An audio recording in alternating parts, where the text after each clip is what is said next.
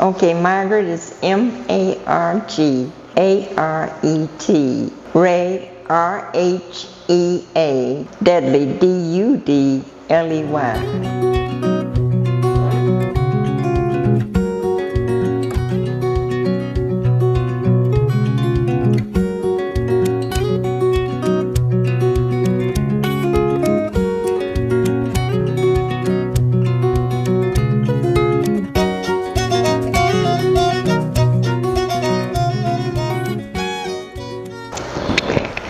Usually I started in 45, so that would make me 5 or 6 years old.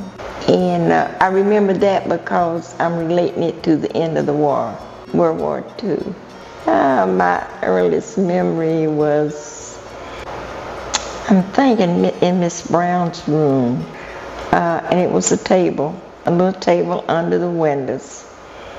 And I remember sitting at the table, but she was my first teacher. The table was small enough for children to sit, you know. We had little chairs. My sisters, my oldest sister, 2 years older. My youngest sister, she didn't start at the same time because she's 2 years younger. She was in the same class. But you see, we had maybe 3 or 4 classes in the same room. The second grade was maybe with Miss Brown. Third and fourth was in the next room. Fifth, maybe the fifth, but the sixth, seventh, and eighth were in the last room up near the office. Miss Sherrill was the principal when I started. And I forget her first name, but I remember Miss Sherrill. My uncle, Robert Stewart, was the principal when I graduated from the 8th grade. I don't think I got any bad trouble. I don't know, I don't remember being called to the office, actually. Uncle Stewart taught the older class. We had to call him Mr. Stewart at school. He taught the 6th, 7th, and 8th. He walked to school. Where Bethel Christian Church is now in Jonesborough. Okay, that's 107. We lived at 603. So the kids from Hampton Hill walked down, we met them, and the Birdwells lived next door to us, which were our cousins, and we all walked to Booker T. I don't know if we played and fun along the way, but yeah. I don't know, we weren't late for school. Then we would walk, and that was going to school, but going home, or maybe going to school, I don't remember. Do you know, I don't know the name of the street, but it used to be a creek there, a railroad track, and that little road going down by the creek, we crossed it. It had a little wooden-like bridge, and it was a store on the right-hand side, and his name was Mr. Beckett. Beckett, B-C-K-E-T-T. He was Mr. Beckett, and I remember we used to go in there and get those raisin cakes and put bologna and cheese between them. I don't know if we did that going or coming home, but we got them at Mr. Beckett's with, we'd put cheese and bologna between. They were good. At the time, they were good. They're like little dab cakes, but they were bigger. But then we walked to school, and like I say, we were on time. But we lollygagged a lot on our way, you know. It was a fun time. I mean, when you're young, you don't really experience real bad times, you know. The only time that I remember a real bad snow in Jonesborough, and I don't think I had started school then, or maybe I had, because the Army tanks came by our house, and we were standing on the porch watching them. There was a big snow that year. I lived in Michigan for 61 years. However, snow could almost be knee deep before they would cancel the schools, you know. And I was a nurse. I retired as a nurse. And I remember they would send the National Guard after the nurses to come to work. Yep, snow was up to my kitchen window at one time. It was snow. But back to Jonesborough. And driving over the hills and the curves, I'm not used to it. Michigan is flat, but driving over these hills and curves, I'd rather stay at home than drive. Miss Neal, I remember a teacher, Miss Neal. I don't know if she was a regular teacher or substitute. Remember her being here. And then they say Oscar, I don't know Oscar's last name, Oscar Wilson. He was a teacher at one time here, but I don't recall him teaching me. They served lunch here. And I remember beans and cornbread and coleslaw. I don't know if they had it every day or what, but I do remember that they used to line us up for cod liver, a spoonful.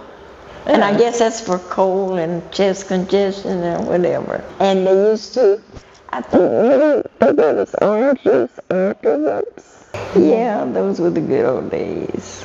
They had a cook. But now my sister, she said she and another student would help in the kitchen.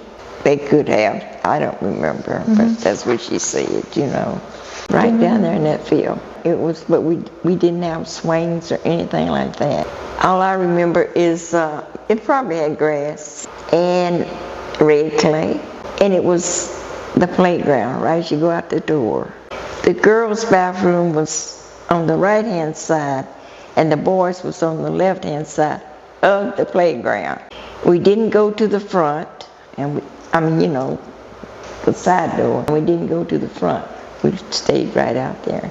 I don't think it was that many people here, either many students. I think they may have done it like the ages. But I remember playing with my sister and older people.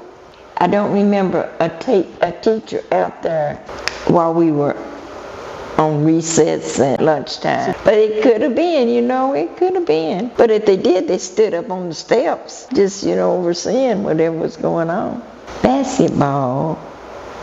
Seems like the girls had a team and the men had a team. But at first, I don't recall that we had one, but when Uncle Stewart came, they started, I remember the boys' basketball team. Oh, they were good, the boys were, they were good. It was a lot of people that went to Booker T after they graduated the 8th grade. They didn't go any farther. Sad, or if they went to Langston, they maybe went 2 or 3 months and that was it. Actually, I didn't experience that because our parents, our mother took time with us. We had homework to do, and we had to do it. And we were good students. Oh, but my younger sister, she'll tell you she wasn't. But when we went to Langston, I don't recall struggling because I was used to doing homework, and doing whatever. And math was my downfall, but I graduated from Langston. And I tried to get into the RN school in Johnson City, which they did not allow that back in the 50s. I went to an LPN school. And then when I moved to Michigan, I went to get my RN. Remember something? Christmas and Easter we had a play. And my mother was president of the PTA during those years. Dorothy Ray. But I remember we had little costumes. Yeah, but I don't remember what part I played. I was shy. Go to the back. I didn't like being up front. But now my younger sister, she's more outgoing. After Langston, got married, had children, moved to Flint, Michigan, and that's where I stayed. My husband worked for General Motors. I retired from the hospital, but then after I retired, General Motors has a mini hospital in their factories, so I worked in one of those. I was an LPN when I moved to Michigan, and I worked at this one hospital for 5 months, but they were very prejudiced, and I couldn't handle it. Then I went to another one, and I worked there maybe a year and a half before I went to the hospital where I retired from. I'm a caregiver. Yeah, I'm a caregiver. My dad, he worked in Johnson City when we were small, but later he had a cleaners down here in Jonesborough, right down there by the graveyard. And my mom, she worked at Appalachian Memorial Hospital. She was like a maid, that's all they could do, really. And she retired from there. Then she worked with my dad. My 3 children are deceased. My oldest one died almost 27 years ago. My daughter's been dead for 16 years. And my youngest died maybe 8 years ago. They died the way they were born. Yeah, I came down, for the support, emotional support. They can't do nothing physically, but Yeah. I have grandkids in Michigan, and I have one granddaughter that's a nurse in Atlanta. Then I have a grandson in Florida, but the others are in Michigan. One grandson is 39, I raised him, and his sister, she's 38, I raised both of them. And the one in Florida, I'm sure he's 40. I remember that like on a Friday night. It was fun because everybody in the community participated. Because, it was in the evening. Well, it was for the school. Yeah, our parents, yeah. The ones that wanted to come, They'd sit and talk, I know that, but I don't remember. They say, well, we didn't have any problems in Upper East Tennessee. We knew our place, that's why. But that's the way life was at that time. When we went to Langston, we had to catch the school bus. Well, we did, 6:30. But can you imagine the people in Limestone, Washington College, and Telford? They had to catch it earlier. And we would get to Langston within 30 minutes or so. The school bus driver didn't pick us up until maybe 4:30 because he had to take the white kids home and do whatever before he picked us up. And then when we were in Langston, and probably here too, we got used books, They gave us what was left. But I guess it served its purpose. No, because we didn't know any better. It wasn't hard because we didn't know any better, But we had it better than the people further south. Yeah, we had it a lot better than them. A lot of them didn't get a chance to go to school. Many high school, I met a lot of people and I learned a lot because a lot of them were Southerners. Some of them couldn't read very well or write well, White people lived in our neighborhood. We played with them. We lived on one side of town. Yeah, until 65, we moved over across the street.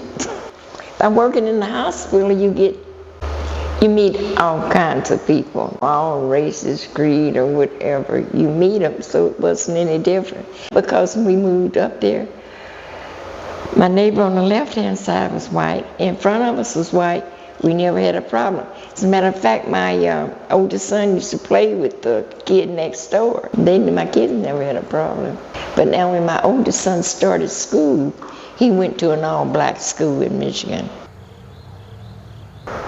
In the bathroom, we didn't have a bathroom here. When I went to school here, the kitchen was on that side. And we had to line up in the hall to get our little tray. And I don't even remember going in that middle room, but I'm sure it was a classroom and a cafeteria. It's a good thing because the school would have fallen down.